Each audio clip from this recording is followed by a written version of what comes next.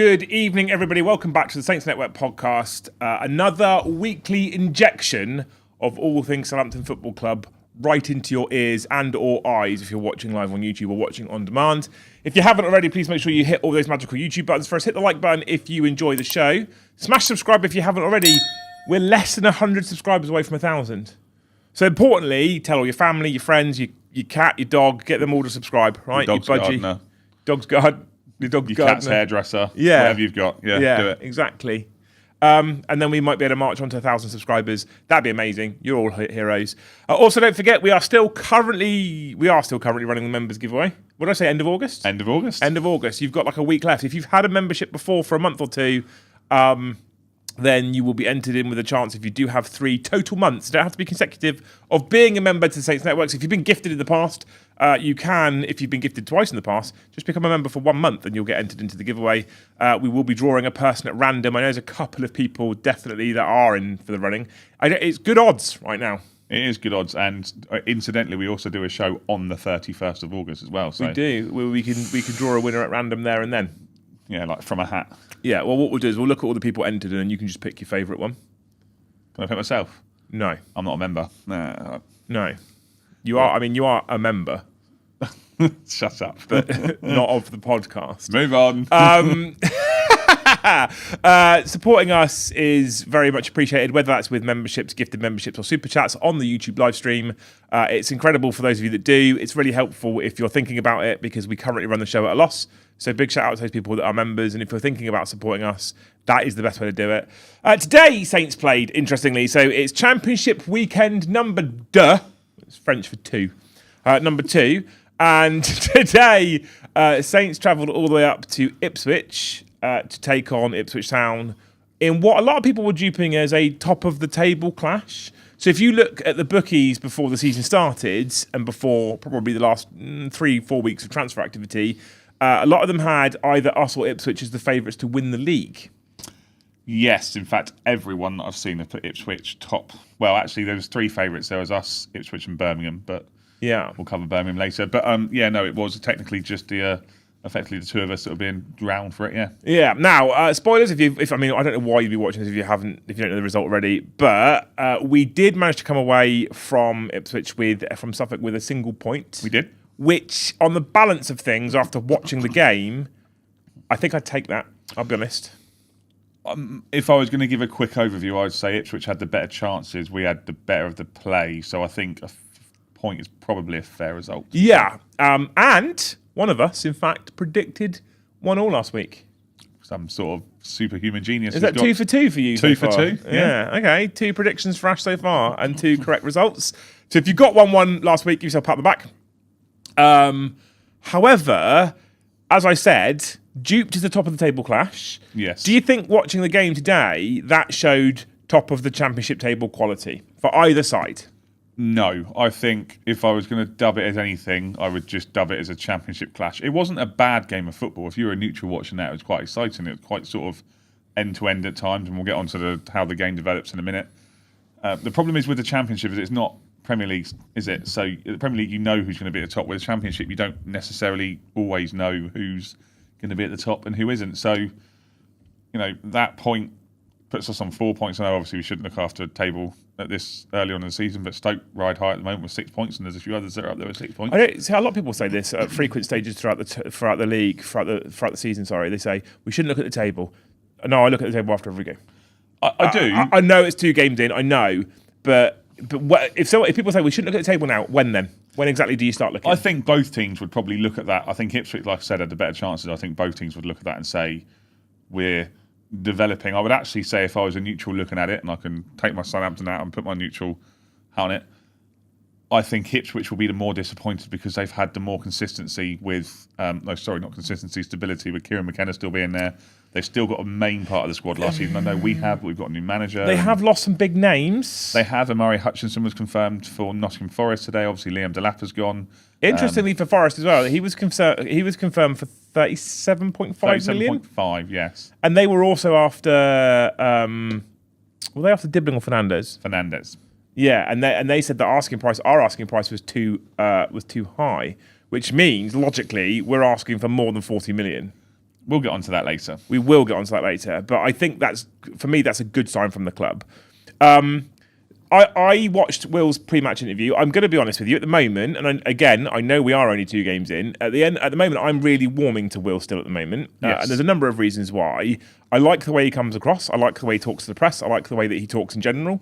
I like his kind of no nonsense approach. They asked him at the start of the season if we could at the start of the game, if we could read anything into Matthias Fernandes or Tyler Dibling being in the squad starting lineup, and he went, no, despite the fact that you lot would love to read into it, you can't. They're current Southampton players. They're playing today. Yeah, love that kind of approach. I think it's brilliant. I'm warming quite a lot to Will at the moment. I said to Luce, sat there watching the game, I'm actually starting to really like this manager. So I'm truly hopeful that we actually have a manager for more than 35 seconds for a change, and we actually give him a few seasons, and he wants to stay for a few seasons, because I'm excited as to what he could do in the future when he has more time and more transfer windows to continue to shape the squad. That being said, he's got what he's got right now, and despite the fact that I think there are some things that are promising from the squad in general, some things that I never thought I'd say, which I'll go into in just a second, I think we've got some concerns. When we talk about a top-of-the-table clash, what was one of our biggest issues in the last championship season, and also a horrendous issue in the Premier League? Defensive errors. Yes. More specifically, loss of possession in vulnerable areas. Yes. And I think, saw that quite a few times today. Yes. It's a bit concerning. Yeah, I think we'll get onto the main ones in a bit, but obviously Will still said in his post-match interview for Sky Sports that he was frustrated that the chances for Ipswich genuinely came from our own mistakes. Yep. Those are probably easy to stamp out. I thought that on the whole, and I know me and you were conversing a bit during the game, but not massively. So when chat, I think we generally haven't discussed this game, by the way. We've been here about 20 minutes. I try not to, because it's more natural, the discussion then. The mistakes that were happening were a bit frustrating, but I think as the first half went on, we grew out of them, and out of the second half went on, we grew out of them mostly. But we'll get onto the game. But you're right. So when he lined up, I instantly rolled my eyes a little bit. We lined up with 5 at the back again, although the graphic often shows it not as 5 at the back, and it shows it more of a 3-4-2-1. It's 5 at the back essentially.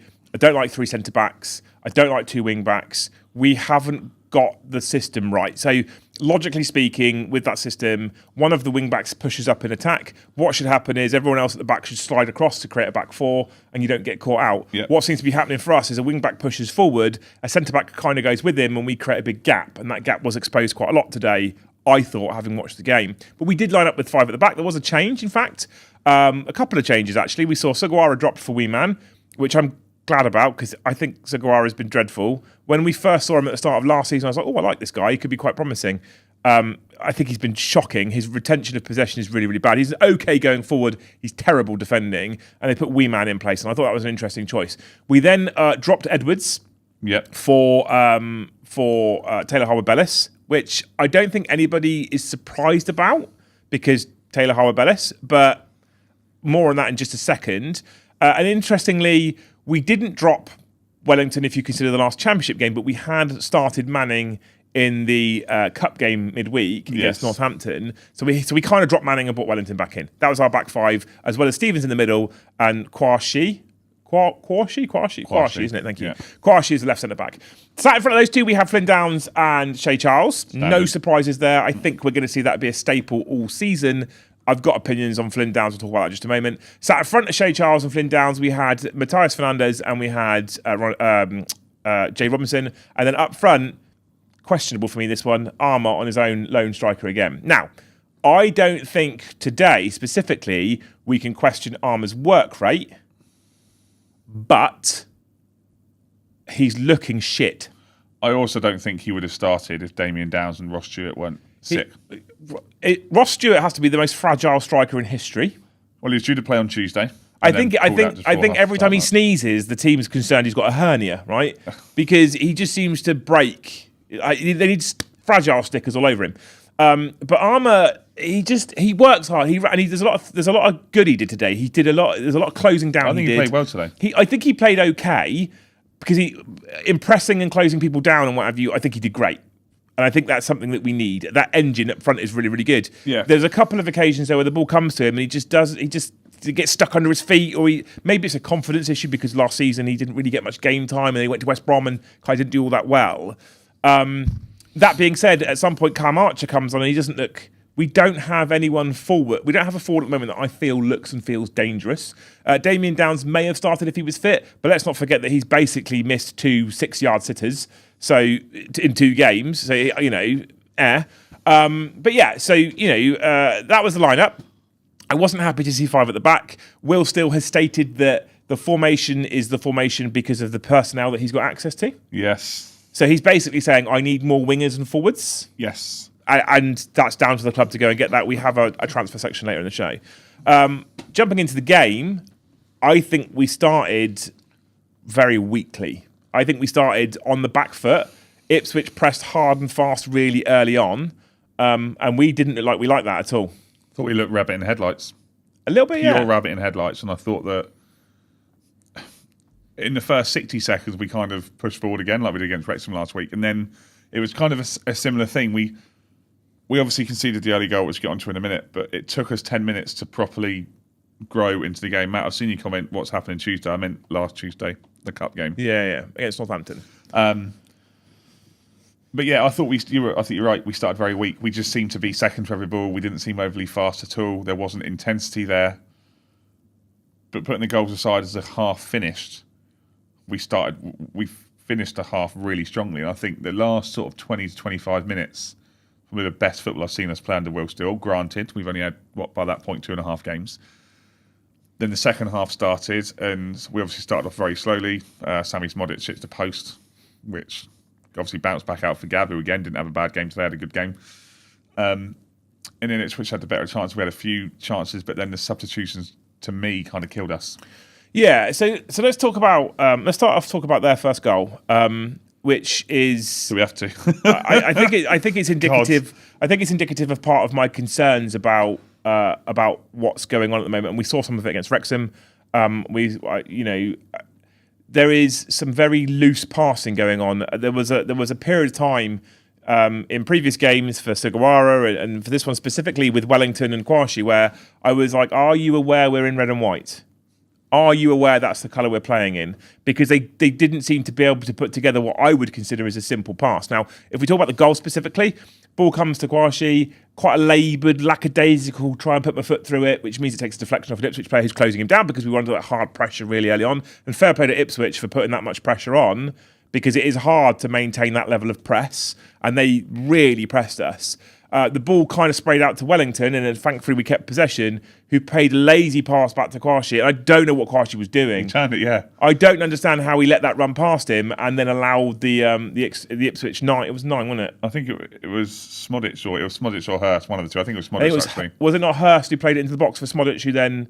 Yeah, I think that's how it went. Anyway, he kind of turned himself. He turned himself. Yeah, it was weird how he didn't maintain, specifically considering how fast we've seen him be. I don't really know how he got done there. The ball gets played into the danger area. One of the best things you can do in that position is just put it in the danger area, because if your player doesn't run onto it, there is every chance that another player will turn it into the net. Lo and behold, it kind of bounced off of Taylor Howard-Bellis, who didn't really know much about it, hit him in the chest, and then went. He knew it. The minute it hit him, he knew it. He knew where it was going. Nothing he could do. Now, I'm going to hold my hands up here, and I think Taylor Howard-Bellis had a bit of a shocker. But that goal has nothing to do with it, because I don't think there's anything he could have done there. I think he grew into the game. I thought you have to remember, I don't think he should have started. I've seen Cameron make the comment, Evening Cameron, I don't think he should have started. I don't think he's fully fit. And I'm very surprised he got through 90 minutes. Very surprised he got through 90 minutes. Well, I think one of the substitutions was forced because Weeman essentially got a knock and came off. It's interesting. Nathan Wood was stripped at one point. Yeah, exactly. Which I think would have been a Howard-Bellis swap. But then I also think that out of the 3 centre-backs, Howard-Bellis wasn't the worst today. No, Kwashi was dreadful. Yeah.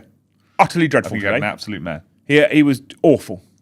And interestingly, all things considered last season, do you know who I would genuinely give... we'll go into the rest of the game. Do you know who I would genuinely give man of the match to? Jack Stevens? Jack Stevens. Agree to disagree, but... Yeah, I think that... Out of the players that we had, I think he had the best game. You have to remember, Kwashi's still a young lad. He's not been in the country very long. He's not been, Championship has clearly taken him by storm in terms of physicality. So, but then you also have to remember we've gone to, sounds like a cliche, I know we discussed it, we've gone to everyone's favourites to win the league and we come away with a point. And arguably, had we been half a gear better, we'd have picked up all three. What was the start to the last Championship season for Saints?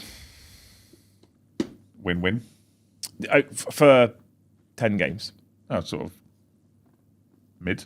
Yeah. Because we lost 4 games in a row, didn't we? What was last season like for Saints? I'm not going to swear on camera. Right? I hate saying this. 3 games, undefeated, 2 wins, 1 draw. Yeah. That's a strong start for a team where we sat here on these very chairs. We sat here and we said when we did our Championship preview show that with the Skates next month, right, that we were concerned that if we had a rocky start based on last season's confidence, that we could be in trouble for the derby.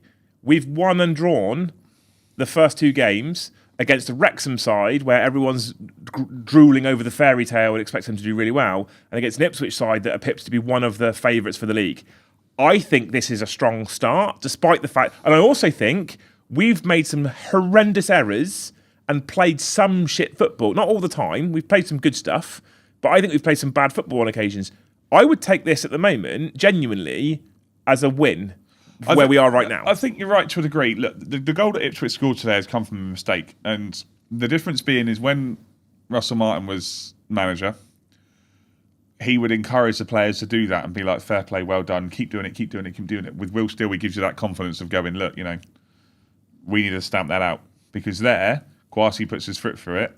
And there's one of our watchers, Steve, me and him were having a conversation earlier. He said the difference again with Will Steele was he's quite happy to put it down the other end of the pitch and try and win that second ball and play football in their half and not play football in our half. And herein lies one of the biggest issues we have is when we do put the foot through the ball and play a long ball up, which we seem to, and Kwasi seems to love this long, weird, loopy ball up to armour. We don't have a target man, and he wants to be fed on the ground. But what also I'm noticing in both games at the moment is, and I'm surprised I'm going to say this with Downs and Shea Charles in midfield, but often we seem to lack bite and physicality in the middle of the park. And I thought those two would just boss midfields. I honestly think that when, assuming we get the personnel in that he wants and he goes to the back 4, Shea Charles and Flynn Downs will start looking a lot more comfortable. The problem is at the moment is they are being expected to be the ones that they're having to run more and they're having to cover more ground because they don't have another person in front of them. So the issue we have is the way in which they're setting up is they don't have a person in front of them, exactly that. So I think if you can have Downs and Charles sat in front of the back 4 and have an attacking midfielder as an outlet like a Fernandez in front of them with wingers off of him and a striker in front, I think it changes everything. But again, like you said, we've won 2, drawn 1, and we know there's not small room for improvement. There is mass room for improvement. And we did see some improvement during the game. So let's talk about the Saints goal. It didn't take too long for Saints to get back in the game, which is also, for me, this is a huge positive. There was some comments from 1 or 2 players. I think one of them might have been Manning, I'm not sure. And they were talking about what Will's done in the dressing room and how he's trying to bring some confidence back in. And you've got to be honest, right? If any of you were a footballer who was involved in the season that Southampton had last season, your confidence is probably in the toilet, and you're probably it would be right because you essentially got embarrassed for a season and got made to probably feel incredibly substandard and not good enough. As fans, our confidence is in the toilet because they weren't good enough. They just weren't, and he's giving them a bit of confidence, a bit of fight back. And there were games last season where if we went down, I was like, as in the game, I don't see us how we get back into this. Yeah. So Saints responded quite quickly and quite positively. I think that once Ipswich scored the goal, they calmed their press down. It seemed it wasn't quite as hard as it was before they scored. They calmed the press down a little bit, and we got a bit of space to move the ball around and start playing. And we started seeing some good spells of football, which led to the goal. Now I say led to the goal. It was also an Ipswich mistake that gave us possession. Yes. That then led to the goal. Fernandez being key in this as well. He holds the ball up on the edge of the box and we wait for Weeman to come down the wing. He plays it out to Weeman, who puts a lovely cross in the box. Robertson essentially makes an unmarked run. Interestingly, just behind him was Taylor Harwood-Bellis making an unmarked run. Our centre-back, in the box making an unmarked run. One of the things I liked about when that ball broke to Saints and they started pushing forward before they got to the edge of the box, if you look at it, 3 or 4 red and white shirts running into the box. We didn't see that basically all last season. No, I mean, it's back similar to what we had last week, wasn't it, with Jack Stevens coming in. It was good to see Taylor Howard-Bellis there. It's a cracking cross by Weeman, as you say, and actually you make the point with Fernandez. Just before that move, there's a ball which is almost 50-50, and he just perfectly plays it round the corner. Yeah. And it creates that open gap. It's a great cross. Robinson does everything right. He heads it downwards. He heads it hard. Yeah. Don't even think about it. Just heads it down. It goes through Alex Palmer's legs. You could argue that you would perhaps expect the keeper to maybe do more with that. It was straight at him, but it was down and low, which is going to be hard. Yeah, it's down and low. Look, it's fair play to Jay Robinson. Scored his first senior goal. Didn't seem like he was all too bothered, but to be fair. I think at that point, the further 25 minutes, and I said to you over some messages that we were sending, once we beat the press, because Ipswich went back to press a lot, once we beat that press, we looked so dangerous until we got to the 18-yard box, and then we looked like a bunch of school kids. That's going to be where Ipswich struggle. And we had a press, and today we kind of seemed to manage that press quite well ourselves. We managed to press, or managed to manage the press, to get my words right, properly, in a case of we weren't going gun-ho constantly. There's a few times Ipswich played themselves into pressure, and when they were in the Championship the year before last, they were so confident in the ball, and they didn't look confident in the ball massively today. There was also a few times George Hurst up front everything seemed to stick to him like glue, and I think he had a good game. He had a good game. He's not going to be the striker that sends him up to the Premier League. No, but at the moment, they've also signed Juba Akpom. If you look at the game that he had, and you look at the game that say Armour had, I'd have Hurst out of the two today. You would, and I think that in terms of where the two teams were, like I said, going into half time at 1-1, I honestly thought that Ipswich were playing, and I thought they were flagging towards the end of the first half. And then we started the second half kind of positively to a degree, taking away the chance that Smodic had, which 2 years ago he was burying. I think we got let off the hook a little bit there. We did, and if it posts and goes back into Bazunu's arms, that's one of those rare occasions where you go, maybe it'll fall for Saints today. It just didn't. And then we just need to, basically, the way the game went is, like I said, we're at sort of 70th minutes. We kind of just settled, and then we made the changes. And I think personal opinion, I think the changes were wrong. So when he took off Fernandez and Jay Robinson, and he brought on Matsuki and Cam Archer, but didn't change the shape, I thought Matsuki offered us literally nothing for the rest of the game. I thought we expected Fernandez to come off because we know he's not fully fit. We expected. I think we probably expect Robinson to come off because he'd done a lot of running. I don't know the situation behind closed doors. Obviously, I expected Archer to come on. I potentially expected Dibling to come on them, and I'm not going to mention Tyler Dibling's performance. He came on after 83 minutes, had 10 minutes on the pitch, didn't really have much chance to do anything. He fought, but he didn't really have much chance to do anything. I think it was the wrong game to bring Matsuki on for. It was effectively, it was his league debut. He made his debut in the week. It was his league debut. There was a lot riding on that. I just think I wouldn't be surprised to see him go out on loan before the end of the window. One change he did make, which I think was right, was he took Wellington off and put Manning on. I think he made that change later than I would have done. Wellington got himself booked and he was going in quite hard. Honestly, I thought I had concerns. At the second half kicked off and Wellington came back out, I legitimately had concerns that he was going to get himself red carded. It was a notice point today, and I know I've got it in here to talk about the referee because he was absolutely awful again today. Bobby Madley, obviously, it wasn't Ipswich versus Southampton. It was a Bobby Madley show. But he's renowned for not being a great... And this isn't a bias towards Ipswich or Saints. He was just inconsistent and terrible. And for both, to be fair. But the one thing that we seemed to do, which really frustrated me today, was we just kept on, and not even the ones that you could argue over, we just kept on giving away so many stupid fouls in stupid positions. And there was a few for Ipswich as well. Obviously, I remember Taylor Howard-Bellis being fouled when he was basically running back to his goal and it wanted a free kick. And there was a few like that. But there was so many stupid fouls that Wellington going through someone on halfway. Shay Charles would take someone out. And you think to yourself, why are we breaking play up so much? And sometimes we'd be in a really positive position. We'd have them in the corner and we'd give away a stupid free kick. And it happens every now and then. That's football. That's fine. But we just kept on seeming to be giving away foul after foul after foul. The thing is, I think often as well, I think the problem is when you're quite loose in possession and you give away the ball quite a lot, you almost have to give away a lot of fouls to give yourself a chance to recover.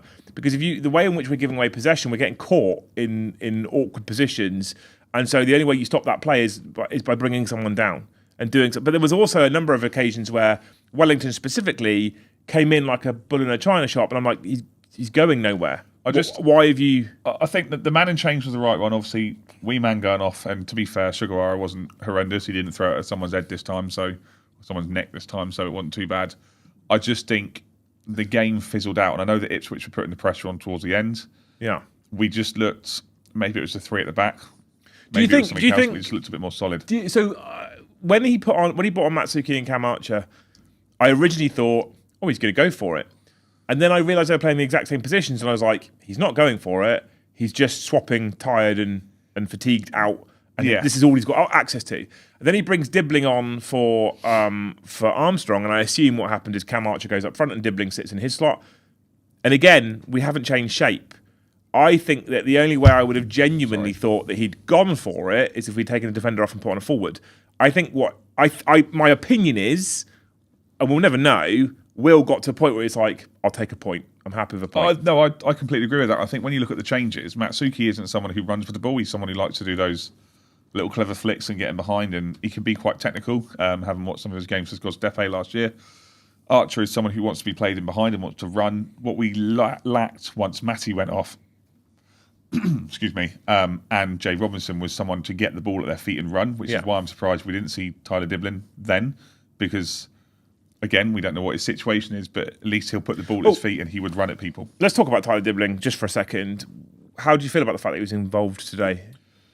Well, Will Steele said all along that it's his decision, as in Will Steele's decision, to not play Tyler Dibling. Tyler Dibling has been willing to be involved since the start if he wanted to be. Will has made the decision to not be. And he said that him and Matty Fernandez are also... They've been complete professionals about the whole scenario, and we'll get onto the transfer talk in a minute. I think it's good to see him back because he's a young lad. I said I think he came on too late in the game today. I would have used him as a replacement instead of Matsuki. I also saw some people on social media shouting for Ben Brereton Diaz to come on. If you'd watched him play Tuesday, you'd have realised he can't play football. He does look like someone who's on a Make-A-Wish tour at the moment. Literally. But then at the same time, we've got that big squad. There's going to be some movements made, and the reason why I'm asking you this question is because a lot of people have said we should keep Tyler Dibling, we should keep Tyler Dibling, we should keep Tyler Dibling.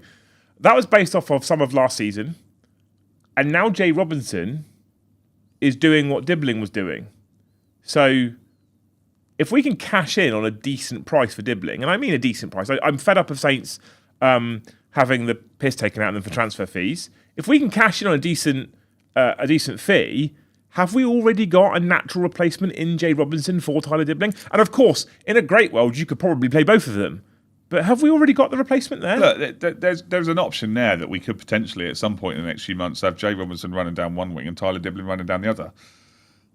We've got 2 weeks to go. 2 weeks and 23 hours-ish to go. It's going to hot up. We've seen the rumours starting to hot up. The Premier League teams are starting to get out. There's been Premier League teams that have started well. I mean, we'll get onto the transfer talk later, but I wish West Ham wish they wouldn't have piss-arsed around after time with the way they got on yesterday. Okay. With Tyler Dibling, look, it's 2 weeks. Let's see what happens. I still think he'll go. But again, if Rasmus Ankerson is playing absolute wonders in getting rid of people, if they want him, they're going to have to pay for him. Exactly. So if we talk, we're going to get on to man of the match and performances.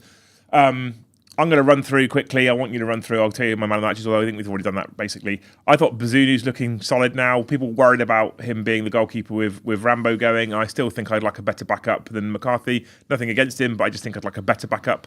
I think Bazunu's looking solid. I think Weeman had a very good game. I criticised him last year, and I said in the keep sell loan I'd quite happily get rid of him. I actually think he's playing really well. His engine is good. I think perhaps that, I don't know, disrespect to Ryan Fraser, I think Championship is his level. But what a workhorse. He's been asked to play in 2, 3, 4 positions already this season, and he's playing and he's working and he's closing down, and he set up the goal. He was involved in the goal. He's looking solid. He's looking semi-solid defensively. He looks better defensively than an actual right back. So he played well. Taylor Harwood-Bellis is a meh for me. He made a couple of honking errors, some terrible plays. He was otherwise just all right. Stevens, I think, I don't know what's happened here. He made one error. He met that one terrible header, Yeah. right, which was terrible, and thankfully, because Bazunu's having a good game, he got in there and got his hands to the ball before the clash, which means the foul went our way. Stevens, however, that error aside, I think is looking like a captain at the moment. Yes.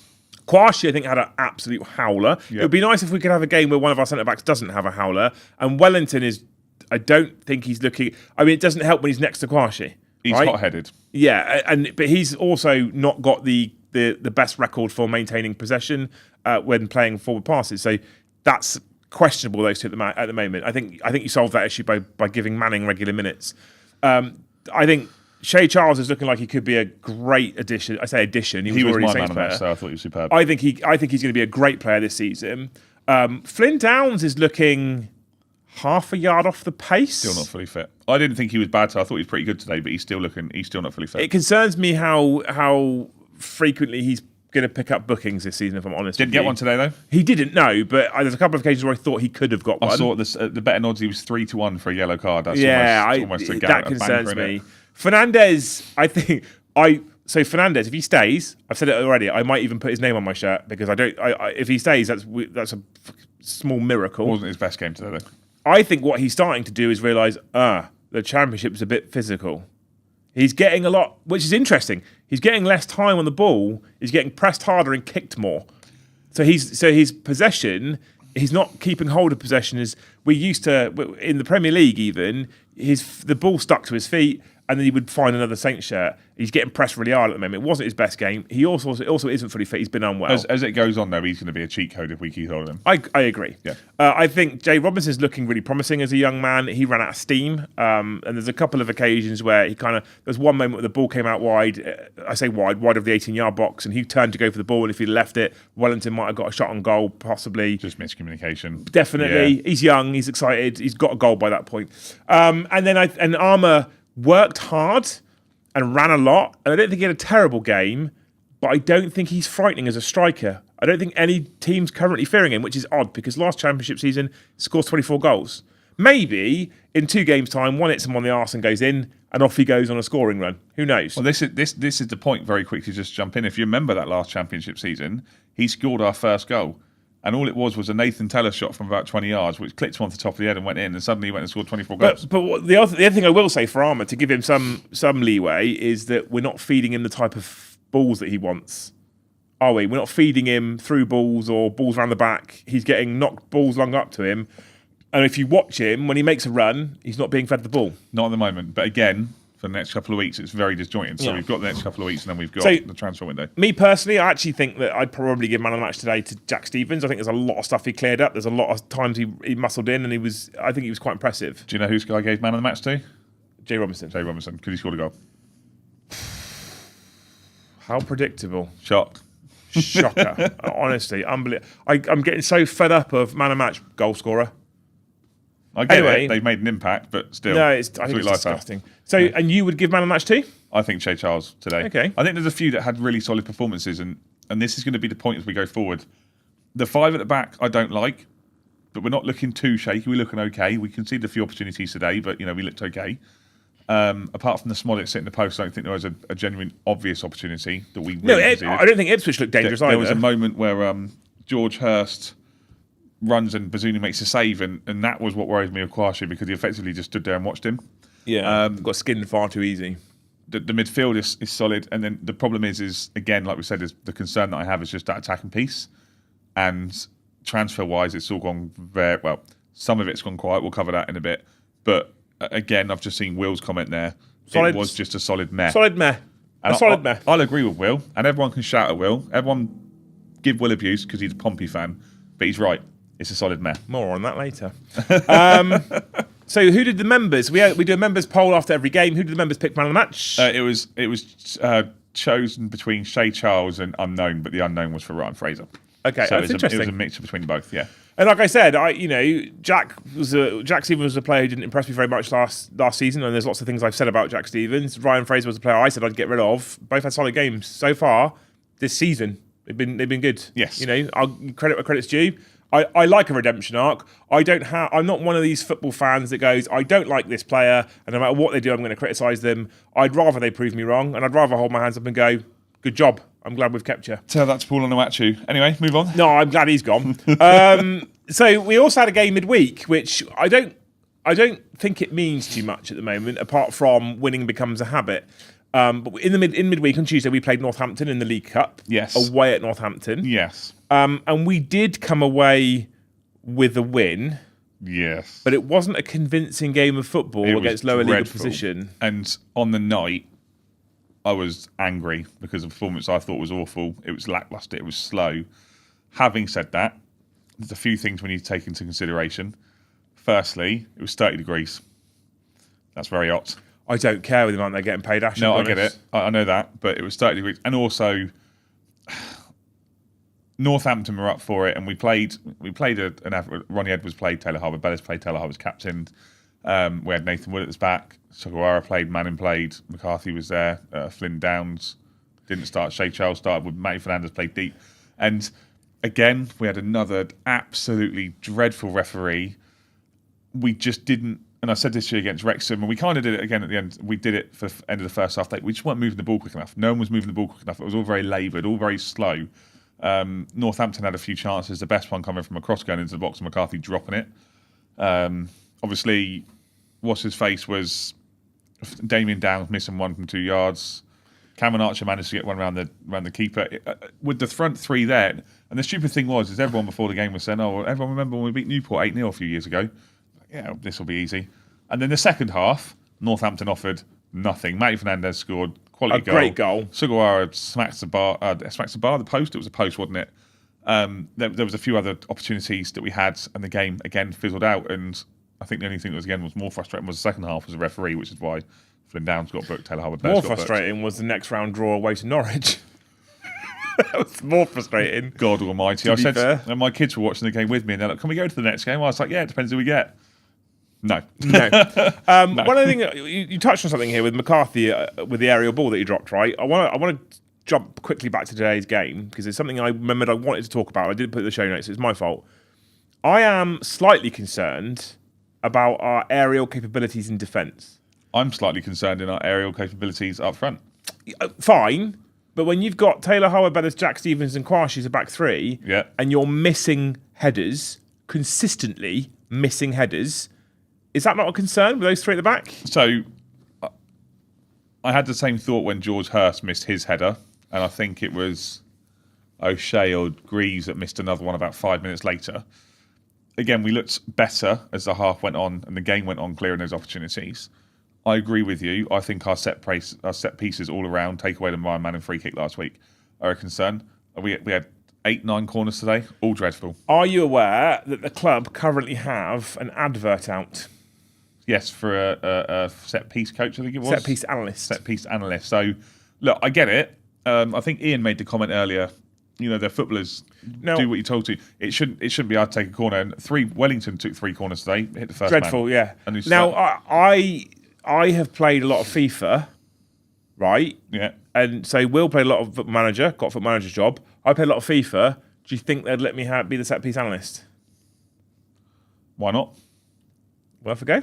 I mean, all I say is, if they bring someone in, I think that's a big if at the moment. Can we please just have someone who knows how to take a set piece? Because the corners today were dreadful, and it literally was at the point where I was sat watching it, and George was sat next to me watching. We got a corner, and we're like, "Well, that's us done." Then I'm like, "Yeah," and then the corner would go in. I mean, it's first man. That was our feeling last season as well. Even with free kicks, so much so that when Manning got his free kick last week, what did you say? He ain't gonna do anything with it. We haven't scored a free kick in 18 months. So, So. Right. So games, it sounds like we're being quite negative, and I think we're being quite critical. However, 3 games in, including the League Cup, 2 wins, 1 draw. If you'd have told me this 4 weeks ago, probably would have bit your hand off. HMS Pistol League, innit? I probably would have bit your hand off. I probably, honestly, if you said to me, you'll win at home to Wrexham and you'll draw to Ipswich for your first 2 games, I'd have gone like, yes, please. Again, with Ipswich, I think it came at the wrong time. I think if that game comes in 6 to 8 weeks' time, that game is probably end-to-end, fast-flowing, free-flowing, good football. But it's just, I'm going to use the word again. I don't know where the words come from. It's just stodgy. It was scrappy. It was... Yeah, they're not settled. Both teams, and you could see that both teams weren't settled. And I think Will is playing a formation and a way he doesn't want to play because he wants the players to play the way that he wants to play. So come on, Mr. Spores, get some deals done. Talking of which, time for some transfer news. Yes. So let's talk about outs first. No outs strictly. Lots of news about people that want to buy players. So specifically, West Ham have come in for Matty Fernandez with an offer which I'm told the club flat refused to even acknowledge it because it was so insulting as a low ball. West Ham have then apparently already gone, they're asking too much, we're not interested anymore. So... interesting. I work with a West Ham fan who is in our Discord, and I'm not sure if he's watching, but the West Ham feeling is that they threw an offer in to kind of test the water. Michael Dawson said on the Soccer Special yesterday, I think it was, or maybe early on in the week when they were doing the League Cup games, that he didn't really feel that Southampton could charge that much for him because we were one of the worst teams in Premier League history last year, so they can't be worth that much money. Do you know what? We'll sell him for what we fucking want to sell him. And that's how it works. 4 years left on his contract. 4 years left on his contract. He's young. And he was our best player by a country mile. And he's bloody good. He's a player who looked good in the team that was shocking. Now, again, the reason why I mentioned that is obviously West Ham went and had an absolute dire performance yesterday and lost. A 3-0 loss to Sunderland. Big shout out to Sunderland for their return to the Premier League. Go on, Sunderland! Again, and I know you've got the biggest on it, and I'm going to cover Tyler Dibling in this one as well because that's gone quiet with Everton. I think these deals are potentially going to be... they're going to go longer and longer and longer through the weeks, and I think what are you laughing at? Ian says, I bumped into Sport today at Ipswich and he couldn't find his car. I don't care, mate, as long as he finds his chequebook. That's what I'm really worried about. Sorry, carry on. So I think, again, these deals are going to go on. Marlon Bella-Kotchap apparently is on the radar of Nantes. There's a few others. He's a what? God almighty. All right, so what's interesting as well, if we go back to the Matty Fernandez and West Ham scenario, there was stuff in social media. That's why I wanted to bring us back to Fernandez, because no one cares about Bella-Kotchap apart from let's not lose too much money on him. If we go back to the Fernandez thing, there's some quoted stuff, and I'm using these on purpose because you can't, if you're listening, you can't see it. Well, I'm using the inverted commas. There was some quoted stuff on Twitter suggesting that Fernandez wants out and he wants to go. And he wants to go to a Premier League side or a top European side. Yeah, by an account that was called like Claret and Blue or something. By a West Ham account. And I got sent it by someone. I was like, it's a West Ham fan account. Yet again, though, this has been another scenario where because we're a championship club and we're a smaller club and West Ham fans have gotten the big one, they said, they should let him go, they should do the right thing, etc. Again, as Phil Parsons said in the fans forum, if you want someone, bid and bid well. I actually find it really refreshing that West Ham offered £30 million and we didn't even dignify him with a response. Yeah, I'm genuinely happy about that because I think, my personal opinion is, he is our most valuable player in the squad. He is our diamond. He is our gem. If you build the team around him, yes, we'll be somewhere there or thereabouts. And what's interesting is the other thing that had gone around on Twitter, because obviously Southampton fans love the idea of bringing someone old back, is the rumour was, they'll give us £30 million for Fernandez, and then they'll give us James Ward-Prowse back. But then 2 days after that, Graham Potter went and made James Ward-Prowse vice-captain, and West Ham fans lost their mind. I love Prowsey, right? I love him. And I want him to do well, legitimately. I don't want him back. Can we stop with the bringing old players back? It's never going to stop. I just hate it. I don't want to bring old players in. I want to bring in good, new, younger players. So, moving on from that, the other one that I haven't got on the show notes, which is also mentioned in that update, is apparently we are open to the idea of selling Will Smallbone, but for £8 million. That's probably about £7.5 million more than he's worth. Obviously, he's still injured at the moment, and we know Will Smallbone gives his all. Of course, Will Smallbone is also an academy player, though, so... Pure profit on PSR. Pure profit, where we sell him for. Same as Dibling. I do wonder, depending on exactly where we are as a football club now, do we look at a situation where it might get towards the end of the window, and obviously we don't know the exact details, and they think we need to get rid of one? or do we get to the end of window? Because I've seen fans out there suggesting that clubs are going to pay like £10 million for Joe Aribo. Do me a favour. He's in the last year of his contract and he's dreadful. So you're not going to pay £10 million for him, are you? There is a rumour, if we talk about Everton and Dibling for a moment. So of all the, Dibling might go, Smallbone might go, Fernandes might go. The only one I really, really, desperately want to stay out of those three, honestly, is Fernandes. Yep. However, if we sell Dibling, I want to sell him for the right price. That, however, I think we need to be conscious of how long's left on his contract. So he's 2 years left on his contract at the moment. Yeah. There's a rumour now that because of how much we asked for Dibling, Everton have said to him, supposedly, we'll come back for you next year. Because you'll be in the last year of your contract, so we can command a lower fee for you. Unless, of course, he has an absolute stonking season for us and then his price goes up. Yeah. Unlikely because it's in the Championship. But for example, it's possible. It's a risk. But there is a rumour that Everton have given up interest now and they'll come back at the end of the year when he's got a year left in his contract because we're in a weaker position to negotiate fee. If he stays, it's not the end of the world. If he puts the time and effort into playing the football that we know he can play to continue to command a transfer in the new season next year. Talk to me, Dibling. It's a danger deal, isn't it? Because we've lost Kyle Walker-Peters, we've lost Che Adams on free deals, and you don't want to be losing a player like that on a free deal.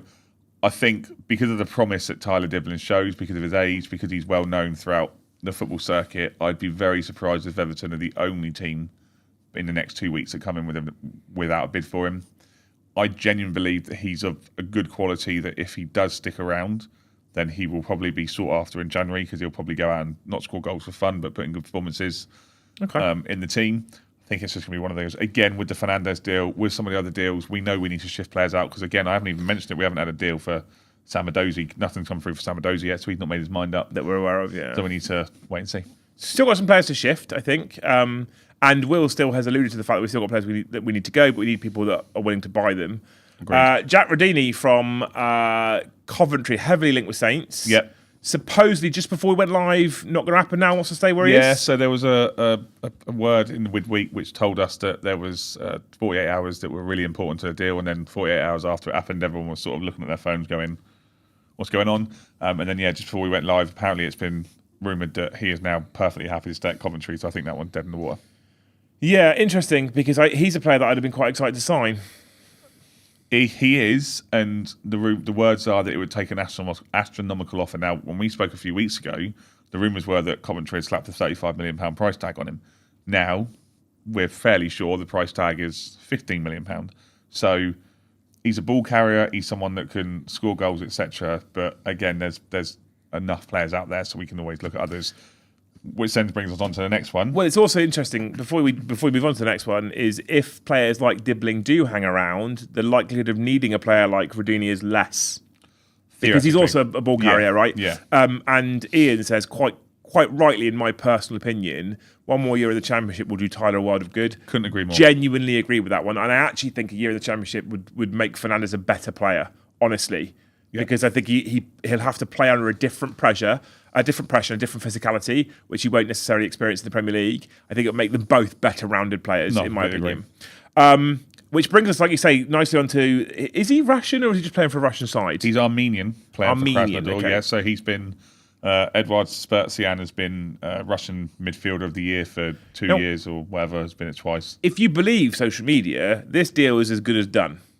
Well, so this is it. So we were told it was done in the week, and then he played for Krasnodar, played his 150th game for them, and then said that he was going to go and speak to his president, and again it went quiet. Then about 4 or 5 hours ago, someone who's linked to the Armenian Football Federation, who obviously would be close to him, has said that the first bid that Southampton made was rejected, but we are going to make a second bid, or we have made a second bid, and they are fairly confident that will be accepted.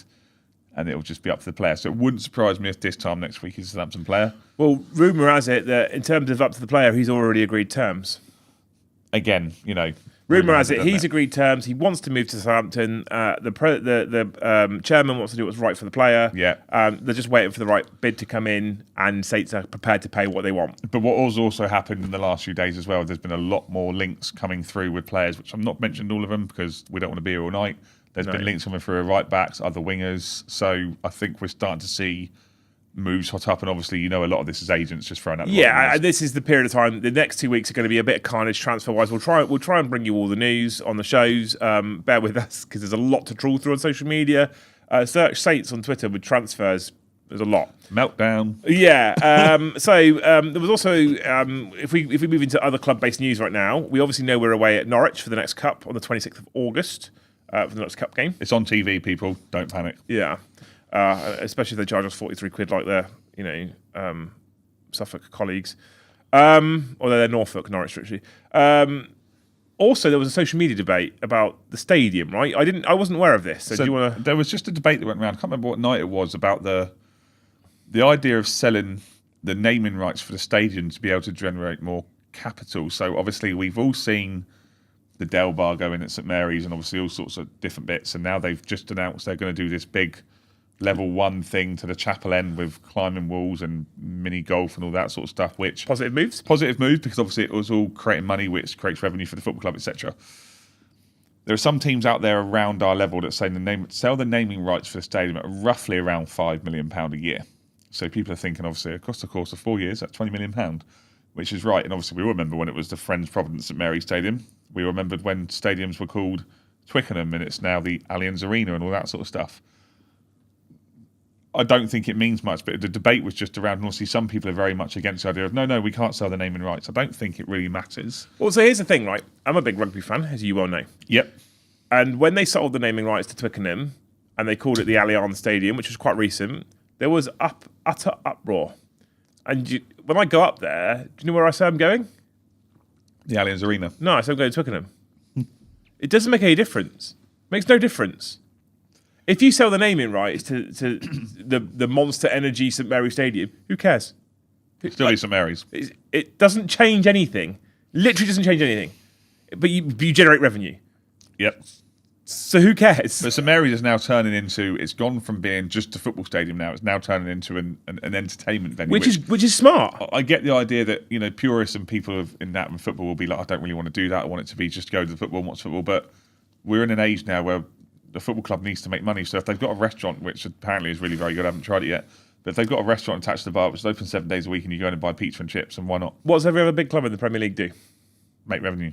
From lots of other avenues other than just football. Exactly. I'm in October, November time, I'm going to Tottenham Hotspur Stadium to watch American football, right? If we don't, purists can get in the sea.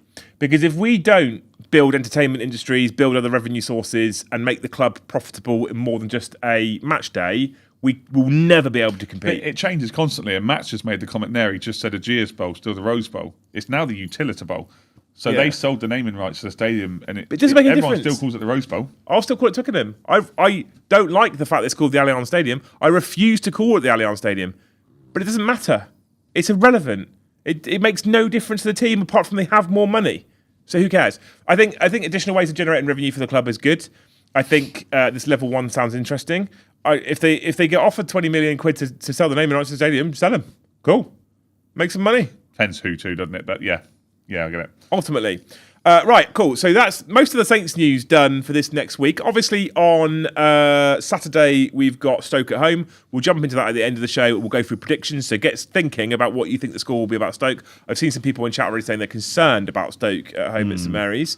So we'll talk about the wider world of football. You've actually written wider championship stroke football. So we're including more than that. And we start off with the Premier League, which is back. The Premier League is back. It was back on Friday night. It was Liverpool versus Bournemouth.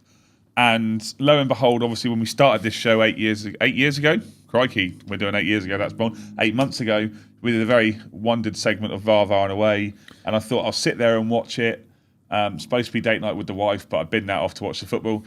And it took 14 minutes for VAR to make a monumental cock-up. Brilliant. Yep. So, do you know what? There's been a few things, both for and against Saints so far in 2 games, where people have gone, VAR, I don't care. I'm enjoying it without it. So I'm much more enjoying football without it. I can't remember the name of the Bournemouth defender because they've changed so many defenders this year, but the ball's played forward. He's past the halfway line. It hits him on the arm. He then bats it away to stop Ekitike running through, and Ekitike is very quick. VAR says, despite the fact he's done it on purpose, it's not denying a goal opportunity because of how far away it was. About 4 yards away from where William Saliba was sent off for Arsenal last year. Yeah. So it just made me laugh. It's never going to happen. I'm aware it's never going to happen. But the faster football gets rid of VAR, the better. That being said, including the Wrexham game, the Northampton game, and today's game, we also need officials to just be significantly less shit, because they're just terrible at the moment. They're just bad. And I hold my hands up and say the officials, in my opinion so far, are bad both ways. It's not like I think there's an anti-Saints bias. They're just bad. No, and I've just seen Cameron's just made a comment as well about the penalty shouts today with Armstrong. I get it. I can see it for and against, but there was also a lot of that going on in both boxes. Yeah, exactly. And then obviously football is football, and somehow in 2025 we have still failed to eradicate racism. Well, this is a pretty shocking moment that I'm going to touch on it because I feel quite strongly about it. It's a pretty shocking moment that happened at Anfield where Semenyo goes to take a throw in. Yes. And a Liverpool fan in a wheelchair, not that that's relevant, but it's because he's down next to the pitch level, rolls himself forward and says something to Semenyo. Semenyo checks with him and he says it again. And apparently, according to a person sat 2 seats down from him, throws his chewing gum at him at the same time, which is already disgusting, right? If you've got chewing gum, put it in a bin. It's vile. It's been in your mouth, but essentially reiterates the insult. Now, it's reported that the insult was racial abuse. What is horrifically ironic is this particular fan is sat there in a Liverpool shirt that has a badge on the sleeve that says what, Ash?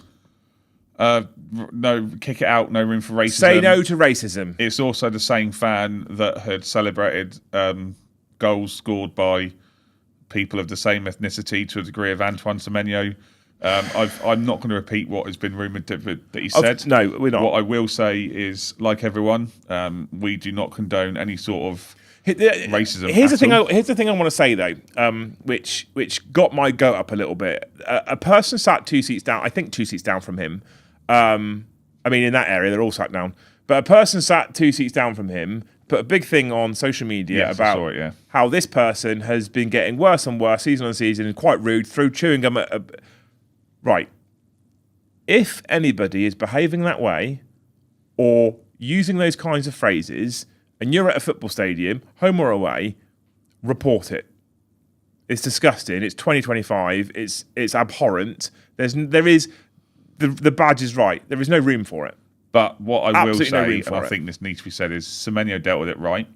Anthony Taylor dealt with it right. The football club dealt with it right. Correct. And the police dealt with it and ejected him straight away. Correct. And I think that nowadays we're not going to go through we're not going to give political views because that's what this show is about. But what's going on in the country nowadays, I just, like you said, no room for it. Kick him out, ban him, don't let him in the football stadium for the rest of his life. I'd go a step further, right? I would ban him for life.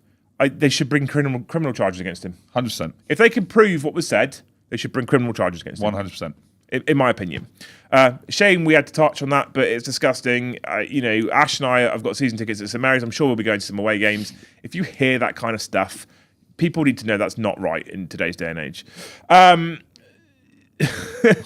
There's the new goalkeeper. So moving on, we've done that part.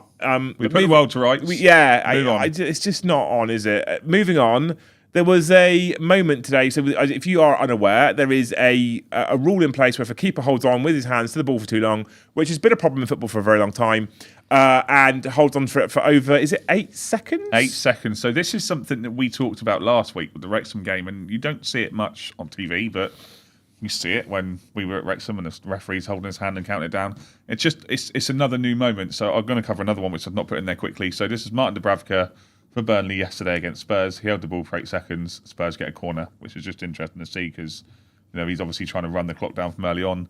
And then today at Stamford Bridge, there was Crystal Palace scored a free kick. VAR disallowed it for a shove. We're not going into whether it was or not. No one cares. But then the referee had to announce his decision to the stadium, which I just think is quite cool. Wasn't the disallowed free? Was it for a shove or was it because of there's a proximity that attacking players can be to the wall or I can't anyway. The 8 second thing, the 8 second thing in the corner, I like that. I'm a fan of that as a rule, honestly. It's been interesting because there was a moment with Danny Ward last week, wasn't it, when the referee was counting down and Connor Cody was down with, I'm going to do my inverted Connors, cramp. And he ended up throwing the ball out and getting angry, and then Slampton didn't give him the ball back, which was hilarious. Yeah. I like this rule. I think this is a positive move. Yeah. Keepers get, because the rule for how long a keeper's been able to hold on the ball has been in place for forever, but no one's ever acted on it. It's never been enforced. They've never had the balls. And they're actually doing it now, and I think that's good. So we've then got Jeremy Monga, youngest ever scorer in the Championship at 16 years and 37 days. Yes. Scored for Leicester in their loss at Preston yesterday. He made a few appearances under Ruud van Nistelrooy last year at 15, so had to get the school permission to play him. He overtakes some bloke called Jude Bellingham as Never heard of him. Championship goal scorer. Yeah, don't know who he is. Never heard of her. I just think it's a nice moment. It was a good goal, actually, taken well. It looks like he's going to be a fairly important bench player for Leicester this year, but they lost. And in the Championship, results. So wins for Stoke, Middlesbrough, Coventry, West Brom. I think none of those surprise me. Birmingham doesn't surprise me. Birmingham last minute, that was limbs, like us last week. Yeah. Watford, Swansea, Sheffield United lost again. I bet they're so glad they sacked their boss. So yeah, Sheffield United lost at Swansea, and it's interesting seeing the social media side of things. The Blades fans, and I see Kazarian is in chat, Nick's in chat. Is obviously our resident Sheffield Wednesday fan. So I'm sure he's really disappointed by this, but they are so angry. And actually, if you look at the Championship right now, the entire Sheffield is holding the entire league up. I didn't like their former manager, Chris Wilder. I didn't like him at all. Standard. Sacking him is moronic. Yes. Sacking him and bringing in Ruben Sellers With no track record. has to be one of the decisions of all time. It's one of the decisions of all time. That mental. Absolutely mental. Crazy. And I just don't. I said at the time when Ruben Sellers was appointed, there's a lot of movement, but I say it now. I still think that he'll be gone by Christmas. Yeah, I don't disagree with you. Just can't see it otherwise. But apart from that, no other massive surprises. Stoke. Well, there is a glorious moment, though. You're right, no surprises, right? But there is a glorious moment. There's the return of your favourite feature. There is a return of my favourite feature, yes. Hopefully the segment of an entire show in a few weeks' time. It was a return of Skatewatch. Yeah. What happened, Ash? They played Norwich at home. And they lost. And they also missed a penalty. I hope I get to do lots of those laughs this season. Yeah, they missed a penalty as well. Yeah. Yeah. I want them to come in like one place above the relegation zone. Well, would it not matter if we get promoted anyway?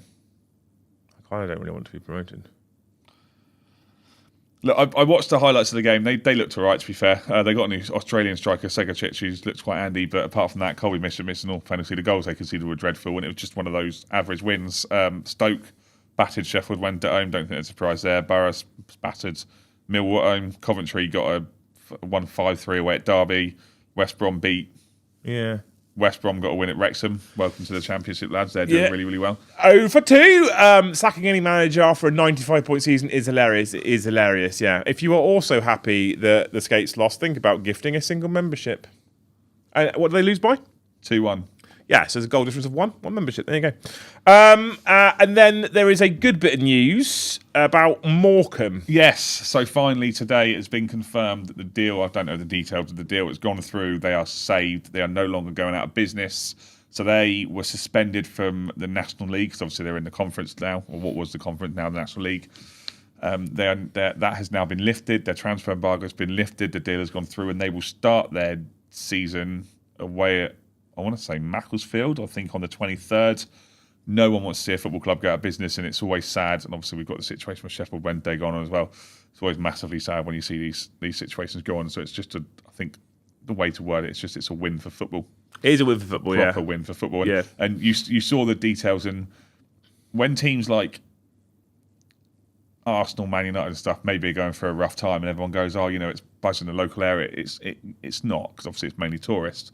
Teams like Morecambe, where it is, and I've been to Morecambe, it's a community club. They get 3,000 people in or around there every week, and the community need it. It's to set someone ass around with it in terms of finances is mad. So obviously Bury went down that road, and a few others have gone down that road. It's just good to see that Morecambe have been saved. We now don't need to go through the whole process of them not playing for a year and stuff. And it's also good for the National League, because they now have a full accountability of 24 teams. So. Full complement 24 teams. That is good. It is good. So if you're a Morecambe fan watching this show, don't know why you are. If you are, we're pleased for you, legitimately. And like Ash says, I think I like the words, it's a win for football.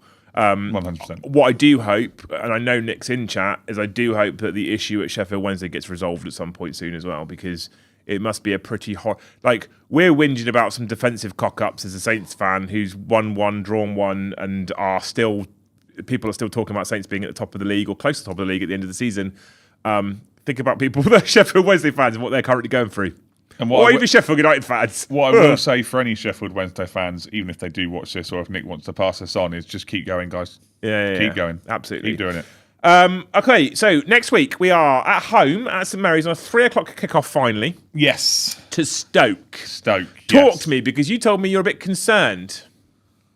Stoke have started very, very well. They look very good up top. They've got a solid back line. Alex Neil is in charge of Stoke. He's a very capable manager at this level. And I am concerned that it could be the potential banana skin that we've waited for. Well, their defence has looked solid, and at the moment I don't feel like we're showing the ability to really unlock a defence right now. They have also, though, only played Derby and Sheffield Wednesday, and I think at the moment any team will want to play Sheffield Wednesday. Sorry, Nick, I can see you've made your comments. And I just think that Derby have been... I really expected Derby to come in this year and really kick on, but they've been a bit poor at the start of the season, really vulnerable defensively, which is unlike teams with John Eustace in charge. Stoke is just one of those teams, isn't it? No, they were in the Premier League for a fair few years under Tony Pulis, and no one wanted to go there. And now they've started this season well, and they've conceded a few goals, but not many. And it's just it's one of those games that when we played Wrexham, the atmosphere was phenomenal, and actually the atmosphere at Portman Road today was very, very good as well. Credit to the Ipswich fans for the atmosphere they created, because it was dead last year. Yeah, it was horrible. But then both teams were shocking. Yeah. So when you've got Stoke coming down, there'll be an atmosphere. There needs to be a similar atmosphere, not just it's Stoke. It needs to be let's get in and. Well, Will said at the start. I think it was Will that said at the start of the season. We really want to turn St Mary's into a bit of a fortress. Yes, 100%. And I think that the noise that was generated against Wrexham on last weekend was incredible. And if you're at the game this Saturday coming against Stoke, I think it's a sellout again. Let's make that same noise again. Let's get behind him. Let's try and make it 4 games unbeaten at the start of the season. It would be something particularly special if we could go into the Pompey game unbeaten. I think it's unlikely, but I think it would be special. This is the thing. So Stoke have started well. Who else has started well? Watford, who are our next game, have started well, and they look very strong at Vicarage Road against QPR yesterday. So again, it's early days, though, isn't it? So we could beat Stoke, we could lose Stoke, we could lose Stoke and win the league. It doesn't matter. It's one of those situations that's going to take a different level in it. So predictions.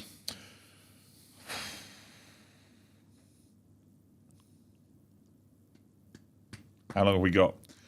I've got a heart prediction and a head prediction. Which one do you want? I want to know your predictions as well. You can stick them in the live chat right now. I'll put them in the comment section if you're listening or watching on demand before Saturday. Before we start putting your predictions in, I'm going to say a massive shout out and a huge thank you to Matt Hedeker. Have I said that right? Hedeker? Yeah. Who has come in at the end of the show and gifted 5 of the finest Saints memberships, Saints Network memberships.